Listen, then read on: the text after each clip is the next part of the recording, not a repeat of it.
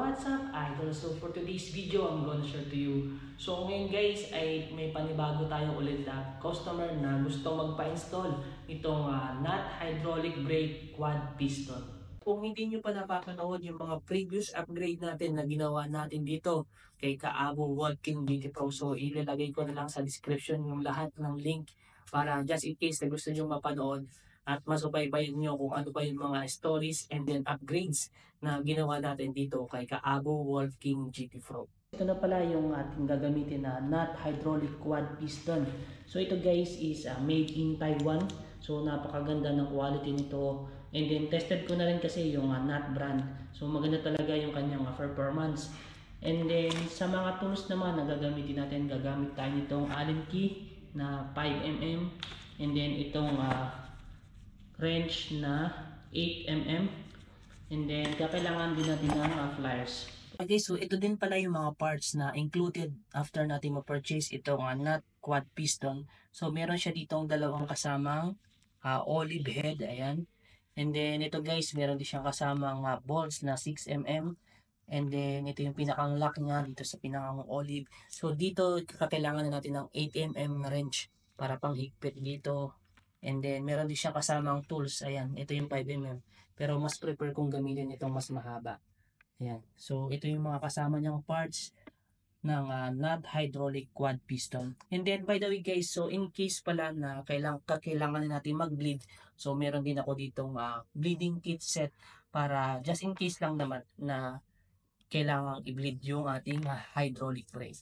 Okay, so tips na rin guys kung bibili kayo ng hydraulic brake or any brake. So dapat guys, alamin nyo muna kung saan position ng brake caliper ang inyong electric scooter. Kasi maraming klase ng electric scooter na iba-iba yung position ng brake. Like for example, kagaya sa Kaabo, sa G3 Pro na nasa right side lahat ng kanilang caliper.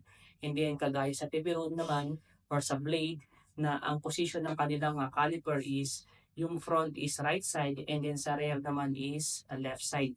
So dito guys, baka masayang kasi yung pera ninyo kasi medyo mahirap, maraming proseso kapag mali yung caliper position ang nabili ninyo kagaya ng kapag left and right. So kailangan i-reverse pa yung motor hub or minsan kailangan nyo magpalit ng bago. And then one more thing guys, dapat alam nyo rin kung gaano kahaba yung cable ng inyong electric scooter para nang sa ganon, eksakto lang yung inyong mabili at hindi kayo magkamali.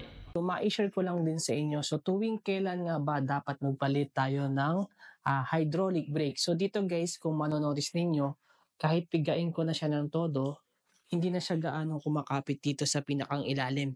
And then, manonotice ninyo dito guys, sa mismong pinakang caliper, minsan kasi meron ng mga tagas yan sa loob. Kaya kahit anong ganda ng pagkakableed natin, bumabalik at bumabalik pa rin yan sa mga tagas niya, especially dito sa mga piston. And usually guys, kapag zoom hydraulic brake talaga, medyo hindi talaga kaganda ang quality. Mag-start na tayo na alisin itong brake lever. So dito kailangan muna nating alisin itong mga rubber grip and then itong brake lever kabilaan yan guys. So dito guys, mag-start tayo sa likod kasi ito yung medyo mas mahirap kasi kailangan natin buksan yung pinakang frame para padaanin yung cable dun sa pinakang frame niya. So ngayon guys, mag-start na tayo.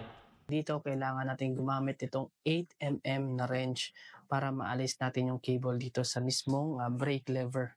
So, ganito lang yan guys. Ayan.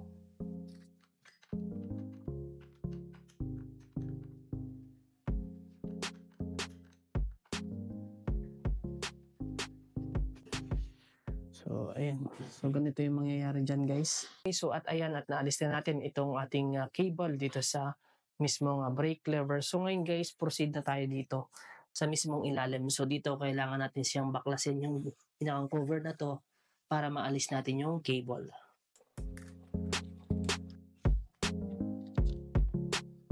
Okay, so ngayon guys ay buksan na natin itong frame para makuha na natin yung cable dito papunta dito sa pinakang likuran.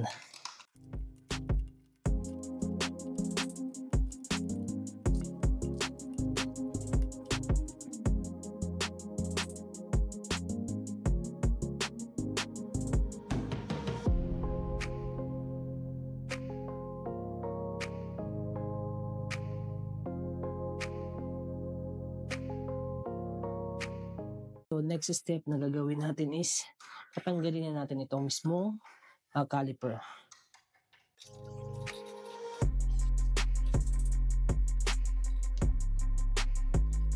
Okay, so ngayon guys ay install na natin itong ating rear caliper. So dito guys kailangan nating tanggalin itong pinakang yellow na to. So hilahin lang natin. Yan. So ngayon guys i-install na natin.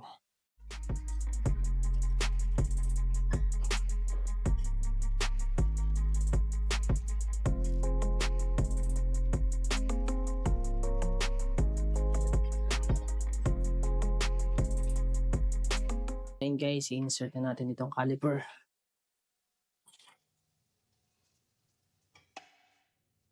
Sakto.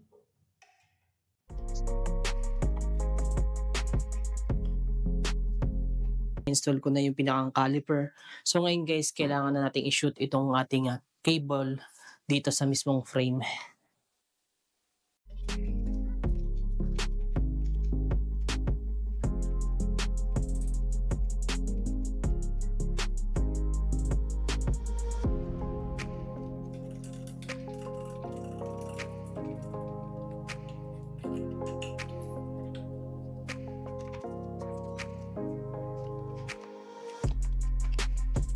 So ngayon guys, itong cable na to, padadaanan natin dito sa mismong gilid, sa ilalim, then tagos dito, then pataas na siya. Ayan. I-connect na natin itong pinakang olive head, yung pulling screw, and then ito yung pinakang cover. So ayan guys, kung makikita nyo, meron siya ditong pinakang lock. Ayan, so ikutin lang natin. Ayan, so naalis na natin. And then dito guys, una nating ilalagay itong pinakang cover. Ayan. And then next itong pinakang pulley lock. Ayan.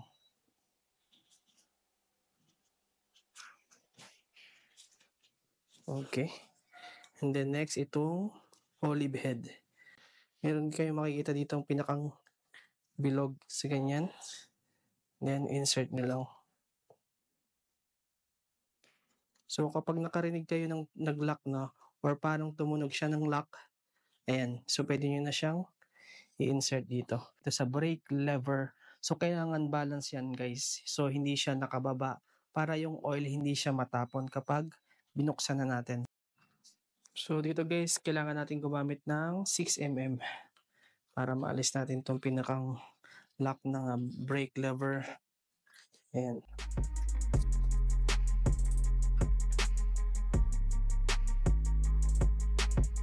So ayan, ganyan siya guys.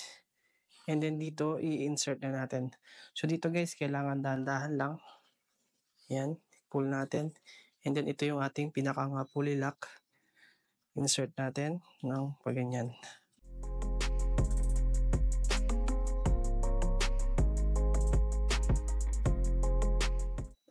And then dito guys, gagamit na tayo ng 8mm wrench para higpitan.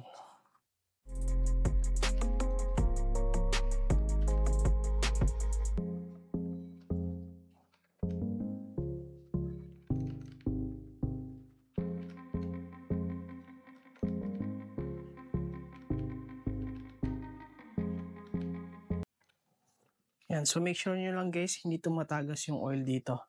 And then kapag mahigpit na, i-insert lang natin itong pinakang cover.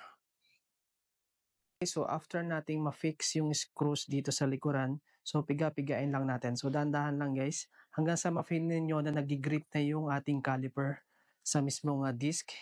Ayan. So dito guys, sa case na to, hindi na natin kailangan siyang i-bleed. So okay pa yung oil niya. So maganda na yung grip niya ngayon.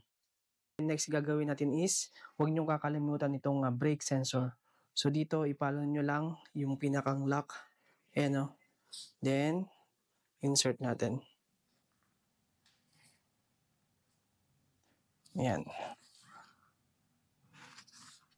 So dito pala guys, para malaman ninyo kung gumagana nga ba ang inyong brake sensor. So i-press nyo lang yung brake lever. And then ayan, kung makikita nyo guys, lumalabas yung pinakang red na bilog na yan. So ibig sabihin yan, gumagana ang inyong brake sensor. Tapos ko na i-install itong ating front brake. So sa procedure guys, ay i-repeat nyo lang kung paano ko ginawa dito sa likuran. Ganon din sa harapan. Mas madali nga lang dito sa harapan, especially kapag sa kaabo, kasi nga yung wire niya nasa labas. So ayan, ganyan yung position niya guys. Ayan. Okay, so and then sa likuran naman guys, ganito yung pinakang itsura niya. Ayan, so kung makikita nyo guys, talagang ang lakas ng kanyang braking power. So i-try naman natin siya sa front brake. Ayan, so paanda rin natin.